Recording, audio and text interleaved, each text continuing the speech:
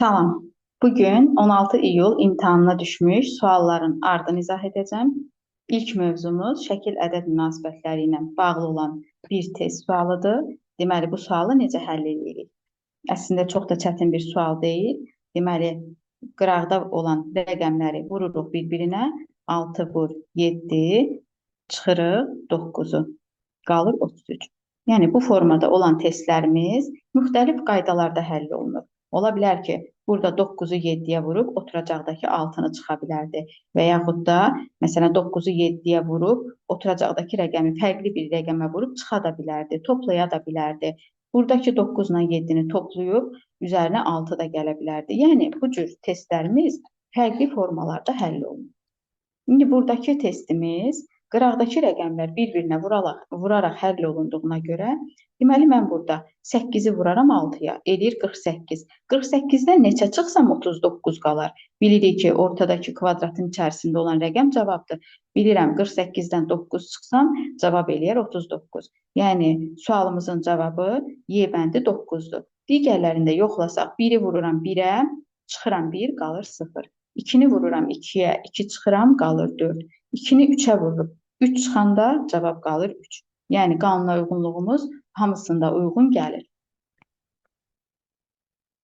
Baxaq 12-ci testə. 12-ci testimiz yaş məsələsi ilə bağlıdır. Yəni, biraz çətin yaş məsələsidir. Deyir ki, ata qızından 4 dəfə böyükdür. Bunu necə götürərəm? Mən atanı 4x, qızı isə x götürərəm. Yaş məsələlərində ən rahat yol tənliyi qurmaqdır. Tənliklə daha rahatdır. Əslində, bəzən olur ki, elə yaş məsələlər olur ki, orada rəqəmi yerinə qoyub cavabı tapmaq olur. Amma bu mərhələli olduğuna görə burada tapmaq biraz çətin olacaq.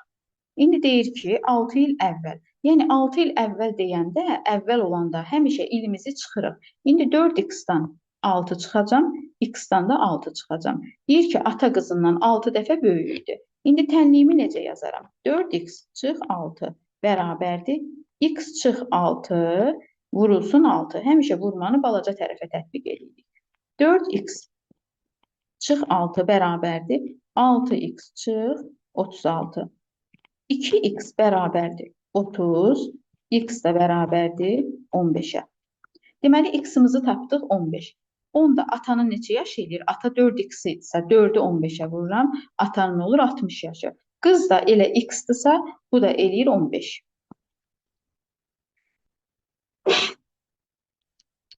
İndi biz növbətini tapaq. Deyir, neçə ildən sonra ata qızından 2 dəfə böyük olar. İndi buna tənlik. Deməli, atanın yaşı 60-dır. İlimizi bilmədiyimizə görə ili götürürəm x. 60 üstə gəl x bərabərdir 15 üstə gəl x və vur 2. Yəni 2 dəfə böyük olar deyirsə, vur 2. Bu tənliyi həll edirəm. 60 üstə gəl x bərabərdir 30 üstə gəl 2x. Əslində, mən bunu qısalaşdırıb da yaza bilərdim. Sadəcə belə uzun-uzadı yazıram ki, hər bir tələbə başa düşsün. Əsas testi başa düşməkdir. Yəni, cavab tapmağa tələsməyin. Yerinə qoyub da cavab tapa bilərsiniz. Amma o səhv də ola bilər. Ona görə tənliyi həll eləsəm, x bərabərdir 30-a. X-imizi tapdım 30. Nə deməkdir? Gətirib yerinə qoyuram. 30 ildən sonra atanın olacaq 90 yaşı, uşağın olacaq, yəni qızın olacaq 45 yaşı. Baxın, həqiqətən də 90 45-dən 2 dəfə böyükdür, böyükdür. Deməli ki, cavabımızı düz tapmışıq. Bizim cavabımız olacaq C variantı 30.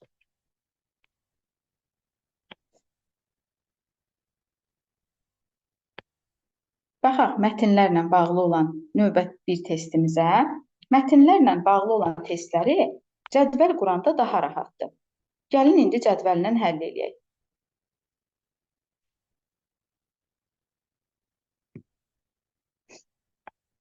Yazıram, Qəmər, Nərmin, Aytən, Ceyran, Solmaz. Bunlardan ixtisasları, yəni peşələri dərzi, modelyer, psixoloq, menecer və şirniyyatçıdır. Bir də var evli və subay olanlar. Burada yazıram evli, bu da olsun subay. Deyir ki, rəfiqələrdən Qəmər və Nərmin evli. Qəmər və Nərmin evli. Qəmərlə Nərminə evliyə plus qoyuram. Qalanları isə subaydır. Deməli, bunlar da subaydır. Evli olanlar modelyer və menecer deyil. Evli olanlar kimdir? Qəmərlə Nərmin. Deməli ki, onlar nə modelyer, nə də menecer deyirlər. Nərmin şirniyyatçını uşaqlıqdan tanıyır.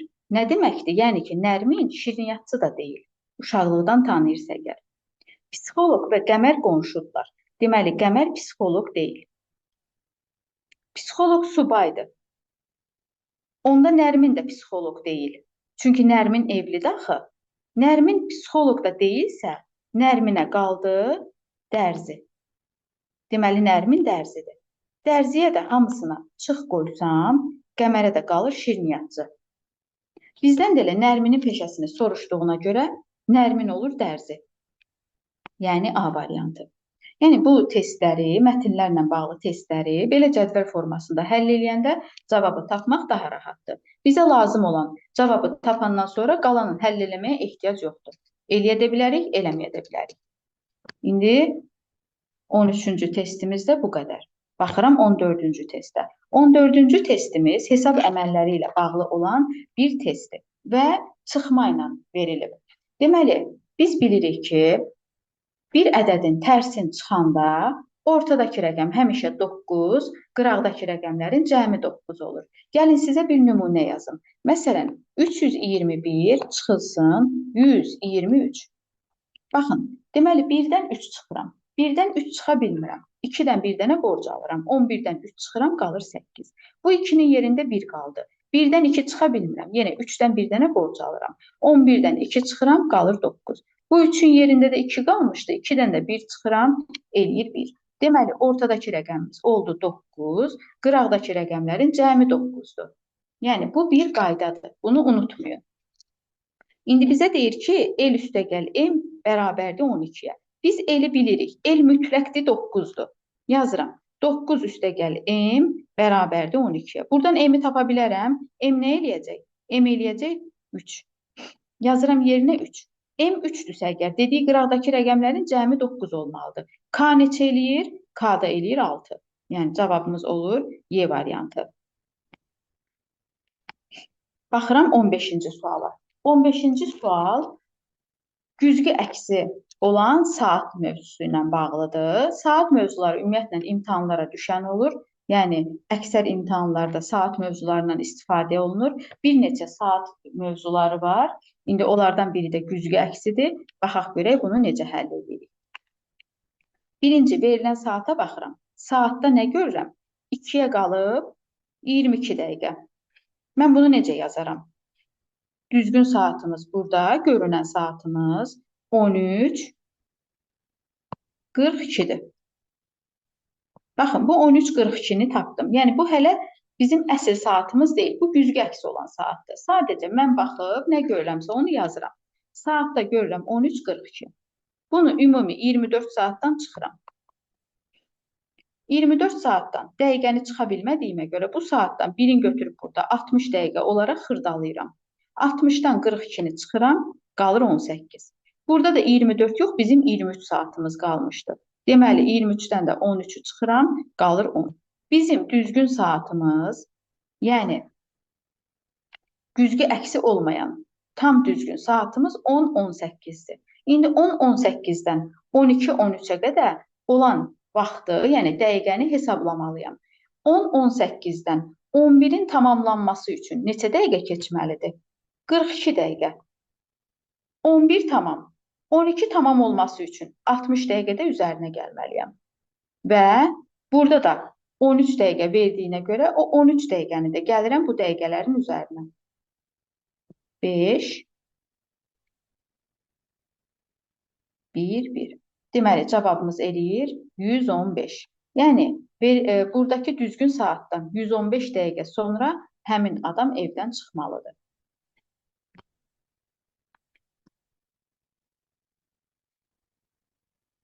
Baxaq növbəti bir sualımıza.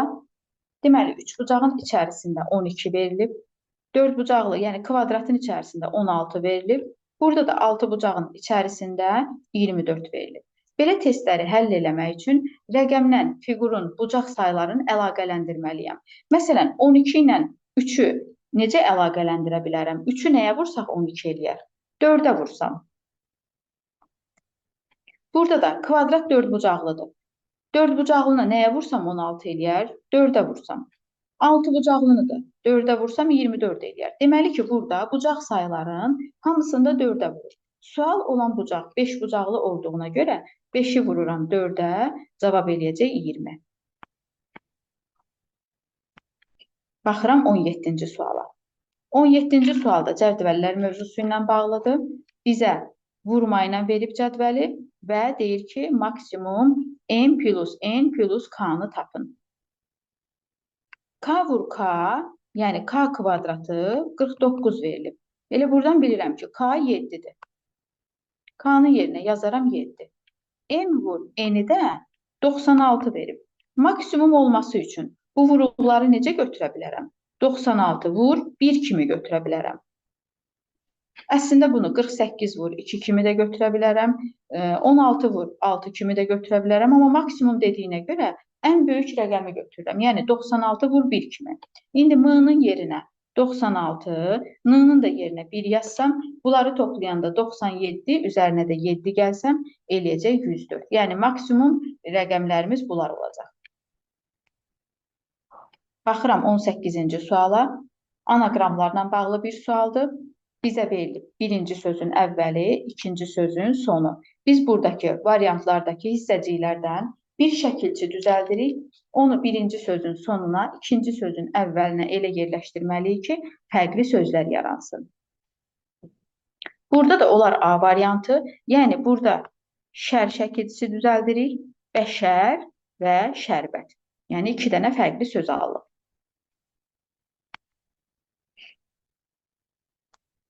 Baxıram 19-cu testə. Mühakimə mövzusu ilə bağlıdır. Mühakimələrdə bilirsiniz ki, mütləq imtahanlara hər dəfə biri düşür. Deyir ki, heç bir günahkar öz mühakiməsindən qurtula bilməz. İndi bu cümlənin oxşar cümləsini, yəni eyni mənanı verən variantlardan seçməliyik. Günahkarlar etdikləri günaha veriləcək cəzanı çox yaxşı bilir. Xeyr, bu uyğun deyil. Cəzanı bilmirik. Ola da bilər, olmaya da bilər. Yəni, az da ola bilər, çox da ola bilər. Günahkarlar tez ya gec özlərini mühakimə edirlər. Bunu saxlayaq. Günahkarlar günahsız olduqlarını müdafiə edirlər. Bu da düz deyil. Hamısı özlərini müdafiə etmir ki. Bütün günahkarlar qanun qarşısında cavab verir. Bu elədir, amma bizə verilən cümlədə onunla bağlı deyil cümləmiz. Günahkarlar həmişə mühakimə olunma və cəzalandırma qorxusu yaşayır. Xeyr. Yəni, ümumiyyətlə, hər günahkar da qanun qarşısında cavab vermir. Həmişə də günahkarlar mühakimə olunmur. Yəni, o qorxu ilə də yaşamır. Elə günahkar var ki, yəni, elə bir cəza işlədənlər qanun qarşısında cavab verir. Amma həm bütün günahkarlar qanun qarşısında cavab vermir və yaxud da mühakimə olunmur. Y variantı da səhvdir. Elə burada düzgün cavab B variantıdır. Günahkarlar tez ya da gec özlərini mühakimə edirlər. Bəli, ola bilər ki, hər kəs səhv eləyə bilər, amma haçansa o səhvi oturub fikirləşəndə başa düşə bilər. Ona görə də düzgün cavab olur B variantı. Baxıram 20-ci suala. 20-ci sual şifrələr mövzusu ilə bağlıdır. Fərqli bir şifrələrdir. Deməli, bu şifrələr mövzusunu necə həll edirik? Hərfin yanındakı rəqəmlər onun sözdəki sıra nömrəsini bildirir. Məsələn, bizə verilib kitab sözü. Qarşısında A3 verilibdir. A3 nə deməkdir? A3 o deməkdir ki, kitab sözündəki 3-cü hərfin, yəni T hərfinin kodu A hərfidir. İndi ola bilər ki, T hərfi başqa sözdə fərqli bir yerdə də ola bilər. Tutaq ki, başqa bir sözdə fərqli bir yerdə olsa əgər, orada hərf sayının yanındakı rəqəm dəyişir. Hərfin yanındakı rəqəm dəyişir. İndi baxırıq L1-ə. L1 nədir? Yəni birinci hərfin kodu. Birinci hərfimiz də K hərfidir. Deməli, K-nın da kodu L-dır. İndi buna uyğun olaraq, baxın, 3 dənə nümunə verilib. Müəllim və Balakən. Buradakı sözlərin kodlarına uyğun olaraq bizə verilən sözü tapmalıyam. İndi gəlin baxaq.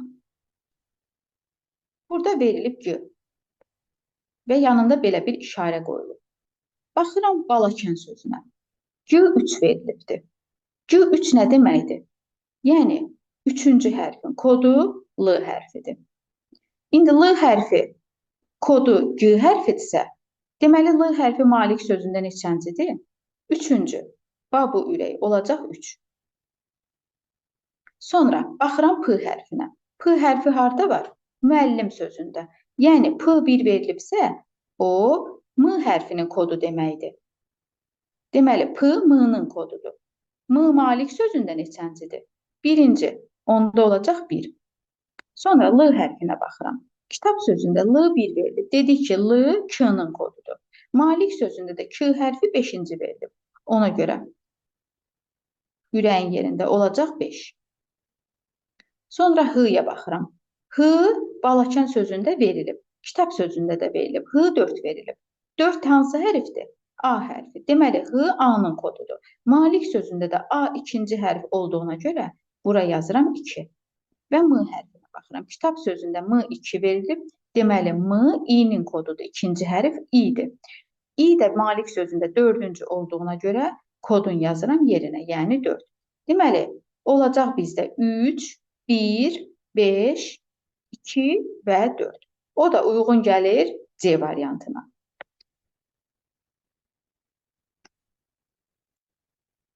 Baxırıq növbəti bir testimizə. Bu testimiz ardıcıllıqlar mövzusu ilə bağlıdır. Deməli, verilib 12, 42, 48, 69.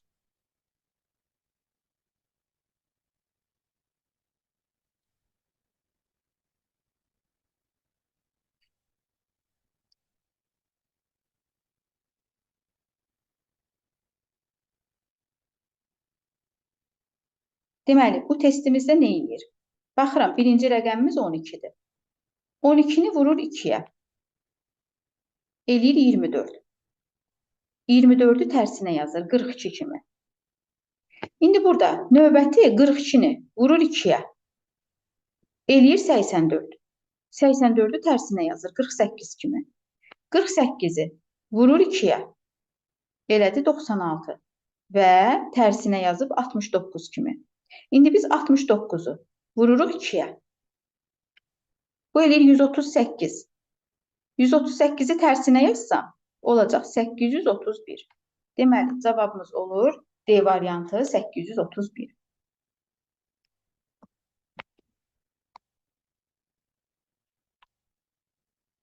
Baxaq növbəti bir testimizə. Operatorlar mövzusu ilə bağlıdır. Qeyri-aşkar operatorlar.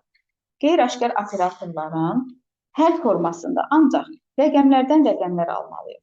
Mən cavablara baxanda görürəm ki, bunlar kvadratlardır. Kvadratları hesablayıram. O 196 14-ün kvadratıdır. 169 13-ün kvadratıdır. 144 də 12-nin kvadratıdır. İndi mən bax bu rəqəmlərdən 14-ü necə ala bilərəm? Rəqəmlərinin cəmi toplasam da ala bilərəm. Amma digərlərində alınmır. Məsələn, birincidə, ikincidə alınır, amma üçüncüdə alınmır. Deməli, başqa bir variant fikirləşməliyəm. 16 ilə 25-i toplasam, eləyir 41. 41-dən 14-ü necə alaram? Tərsinə çevirərəm. 14 ilə 17-ni topladım. Elədi 31. Tərsinə çevirərəm 13. 17-nin üstə 4 gələrəm. Eləyir 21. 21-i tərsinə çevirsəm 12. Deməli, toplayır rəqəmləri tərsinə çevirir və kvadrata yüksəldir.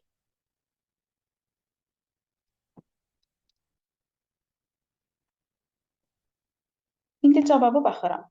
25 ilə 27-ni toplayıram. Eləyir 52. 52-ni tərsinə çevirsəm, eləyir 25. 25-in də kvadratı olacaq bizdə 625.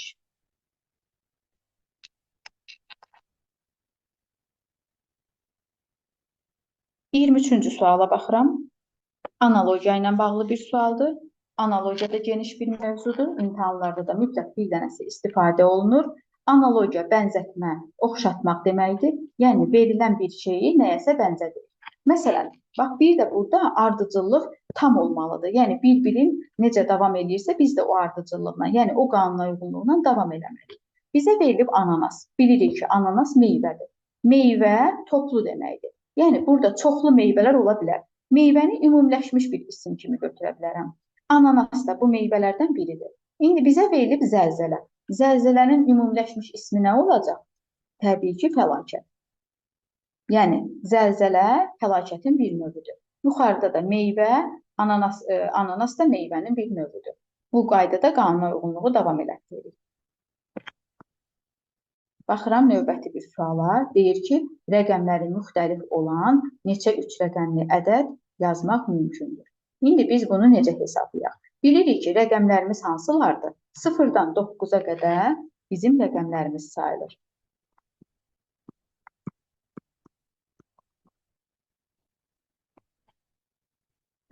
Burada ümumilikdə elədir bizim 10 dənə rəqəm. İndi mən 3 rəqəmli ədəd düzəltmək üçün 3 dənə nöqtə qazıram. Yəni, ədədlərimin yerini yazıram. Birinci yerdə mənim olacaq 10 dənə ehtimalım. İndi bəziləriniz deyəsiniz 9, deyəcəm nəyə görə? 10 dənə rəqəm olduğuna görə birinci ehtimalda 10 dənə götürürəm. Yəni, birinci ehtimalım 10 dənədir. Tutaq ki, birini istifadə elədim. Məsələn, 6-nı yazdım. Yerdə qaldı 9 ehtimalım. İkinci yerdə olacaq 9 ehtimalım. Məsələn, birini də istifadə elədim. Hər hansı bir üçü də istifadə elədim. Yerdə qaldı 8 ehtimalım. Və bundan sonra rəqəmlərimizin içərisində 0 olduğuna görə birinci rəqəmi həmişə bir dənə azaldıram. Əgər 0 varsa, yox 0 yoxsa elə olduğu kimi də qalır. Amma 0 ilə başlayan ədədimiz olmadığına görə birinci yerdə 0-ı istifadə edə bilmirəm. Amma bəzən olur ki, elə tələbələr 0 olduğuna görə 9-dan yazırlar. Birincini 9 yazanda, sonra 8, sonra 7 yazırlar. O düz deyil. O ardıcıllıq düz getmir. Ona görə birinci bütün rəqəm sayını yazıb, sonra birinci rəqəmi 0 olduğuna görə bir dənə azaldırsınız. Bu da eləyir 648. İndi bizə deyir ki, rəqəmləri müxtəlif olan. Ola bilərdi, bizə desin ki, rəqəmləri təkrarlana bilər. Elə olanda nə edirsiniz? Birinci yerə 10 dənə yazacaqdım, sonra yenə 10 dənə yazacaqdım, sonra yenə də 10 dənə yazacaqdım. Və 0 ilə başlayan rəqəmimiz olmadığına görə birincini 9 dənə azaldıb, cavabı da 900 alacaqdım. Yəni, rəqəmləri təkrarlanan olsaydı. Bu testlərin müxtəlif formaları var. İndi bu da onlardan biridir. Amma müxtəlif formada imtahanlara salırlar. Baxıram növbəti bir testimizə. Xəyali fiqurlarla bağlıdır. Yəni, bax, bu testləri biz ancaq xəyal edib fikirləşirik.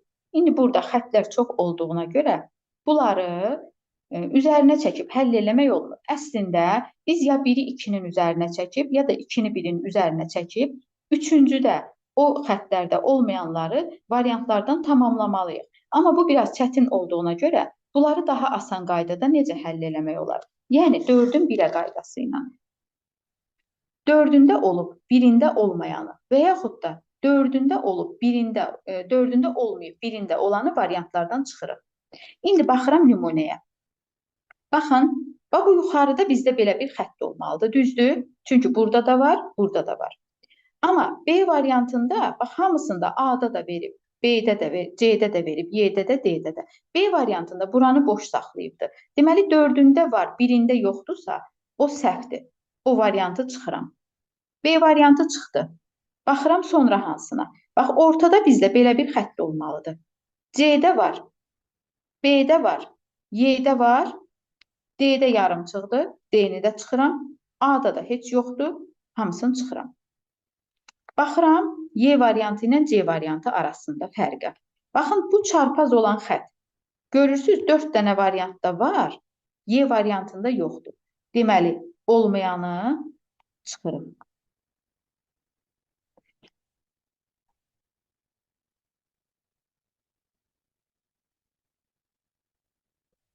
Düzgün cavab olur C variantı. Yenə dediyim kimi, 4-ün 1-ə qaydası ilə həll edirsiniz. O daha rahatdır.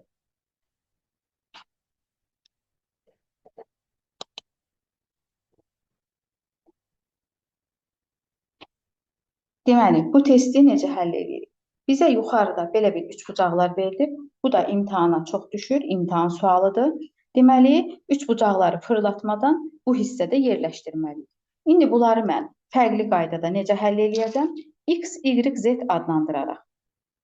İndi birinci başlayıram başdan. X, Y, Z adlandırıram. Və bizə belə bir şərt qoyub ki, qonşu xanalardakı, qonşu divarlardakı rəqəmlər də eyni olmalıdır. Və bizdən ABCD ardıcıllığını soruşur. İndi mən buranı da X adlandıraram. Bura Z olacaq, bura olacaq Y. İndi onda bura X olacaq, bura Y olacaq, bura olacaq Z. Qonşuluqları eynidirsə, bura Z olacaq, bura Y, burada X olacaq. Eyni ilə burada da X, deməli, bura Y olacaq, bura Z olacaq, burada X olacaq. Onda bura X olur, bura Z olur.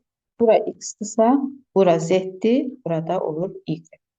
İndi necə həll edirəm? Baxıram, belə formada düz üçbucaqlara, düz olanlara. Düz olanlarda yuxarı hissədə birində X-dir, burada Y-dir, burada da Y-dir, burada Z-dir. Deməli, 2 dənə Y təkrarlandığına görə rəqəmlərimə baxıram. Yuxarı hissədə 2 dənə 1 təkrarlanıbdır. Ona görə Y-in qiyməti olacaq 1. İndi sol tərəflərə baxıram. Solda, baxın, burada Y təkrarlanır, burada Z təkrarlanır, burada da Z təkrarlanır, burada X təkrarlanır. Və sol rəqəmlərə baxıram ki, 3, 1, 2, 2. Deməli, 2 2 dəfə təkrarlandı. Z-in də qiyməti olacaq 2. Onda X-a da qalır 3. İndi bizdən ABCD ardıcıllığını soruşduğuna görə A-nın yerində Y-dir. Ona görə olacaq 1. B-nin yerində X-dir. Olacaq 3. C-nin yerində Z-dir. Z bizdə 2 idi. Y-in də yerində D-dir. O da olacaq 1. Yəni, bax, bu qaydada cavabımız olur 1321. O da uyğun gəlir B variantına. Yəni, ən rahat yolu bu qaydada həll etməkdir.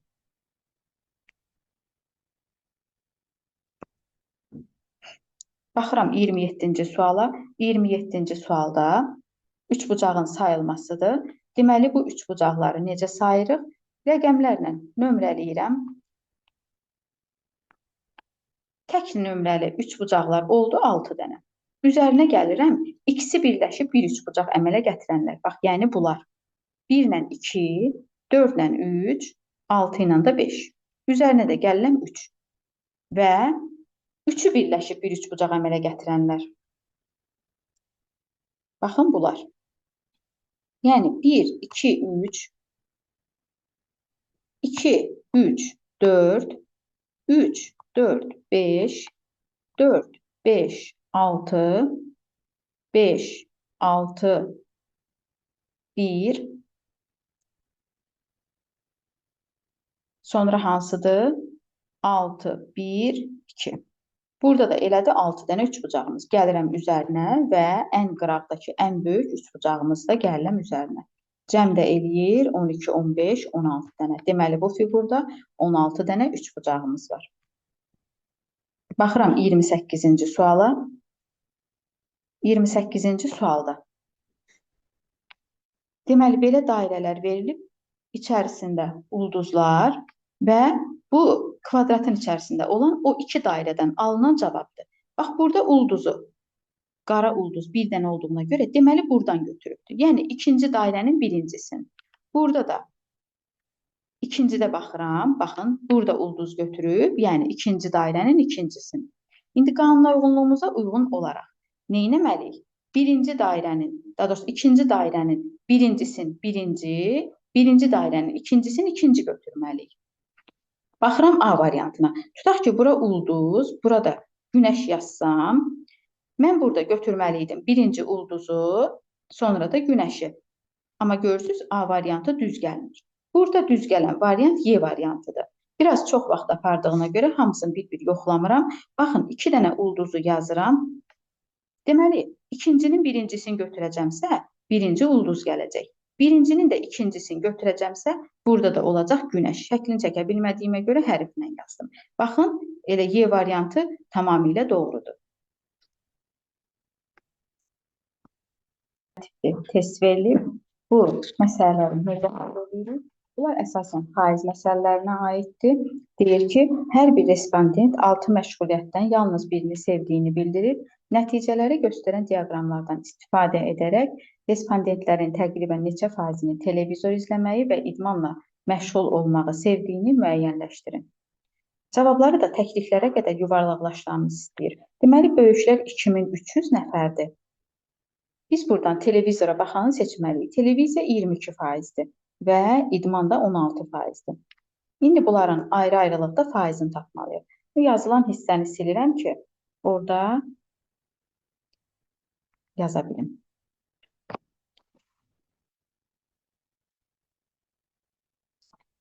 Deməli, faiz yazanda əsasən tənliyi qoyuruq. Tənliyi necə yazırıq? Məsələn, 2300 nəfər böyüklərdirsə, onun 22% televizora baxırsa, mən belə götürərəm. 100%-ə 2300, həmişə də faizi faizin aşağısında, ədədi ədədin altında yazırıq. 22-yə də x yazaram. 2300-ü 22-yə vurub 100-ə bölsəm, cavab eləyəcək 506. Yəni, böyüklərdən 506 nəfər televizora baxır. İndi taparam kiçiklərdən televizora baxanları. Yəni, 1100 nəfərin 24%-i televizora baxır. Yazaram 100-ə 1100, 24-ə də x. Bu da eləyir 264 nəfər. Yəni, 1100 24-ə vurub 100-ə bölürsünüz. Bunları toplayıram. Ümumi televizora baxan 770 nəfərdir. İndi hesablayaq idmanla məşğul olanları. İdmanla məşğul olanları da aşağıda yazın. Deməli, birincidə böyüklərdə 100-ə götürərəm 2300. İdmanla məşğul olanlar 16%-dir. 16%-ə də x yazaram. Bunlar eləyir 368 nəfər. Kiçiklərdə yenə də 100-ə götürürəm 1100. Kiçiklərdə idmanla məşğul olanlar 12%-dir. 12-yə də x. Bu da bizdə eləyəcək 132 nəfər. Bunların da cəmi eləyir 500 nəfər. İndi bu 770 ilə 500 nəfəri toplayıram. Cəm eləyir 1270 nəfər. Ümumi adam sayılarını da toplayıram. 2300 ilə 1100-ü eləyir 3400 nəfər. Deməli, 100%-ə götürürəm 3400 nəfər. Faizin bilmədiyimə görə x-a da götürürəm 1270 nəfər. Bu da eləyir 37,3%. Və bizə deyir ki, təkliklərə qədər yuvarlaqlaşdırın. Bilirəm ki, bu 3-ü atsam, 37-nin üzərinə heç nə gəlməyəcək. Cavab da eləyəcək elə 37. Yəni, Y variantı.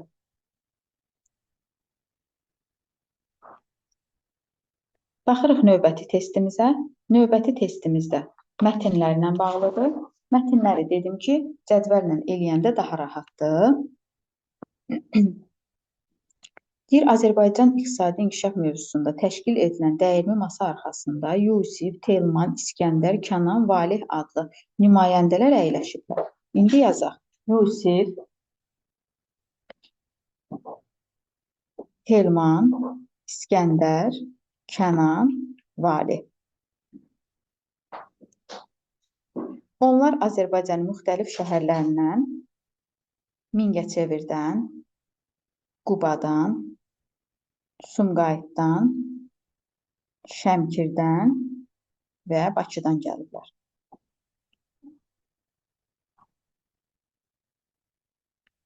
Deyir ki, Mingəçevirin nümayəndəsi Bakının nümayəndəsi ilə Valihin arasında əyləşmişdir. Deməli, Valih nə Bakıdan deyil, nə də Mingəçevirdən deyil. Baxın, Valihə, Mingəçevirə də, Bakıya da çıx qoyuram. Sumqayıtın nümayəndəsi Yusiflə Telmanın arasında oturmuşdu. Yəni, Yusiflə Telman Sumqayıtdan deyil. Onun qarşısında əyləşən isə Şəmkirin nümayəndəsi və İskəndər idi. Deməli, Telman Şəmkirdən də deyil.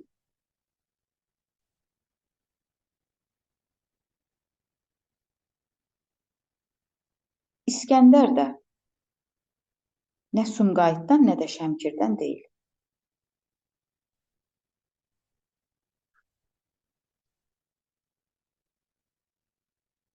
Elə Yusifə də Şəmkirə çıx qoyaq.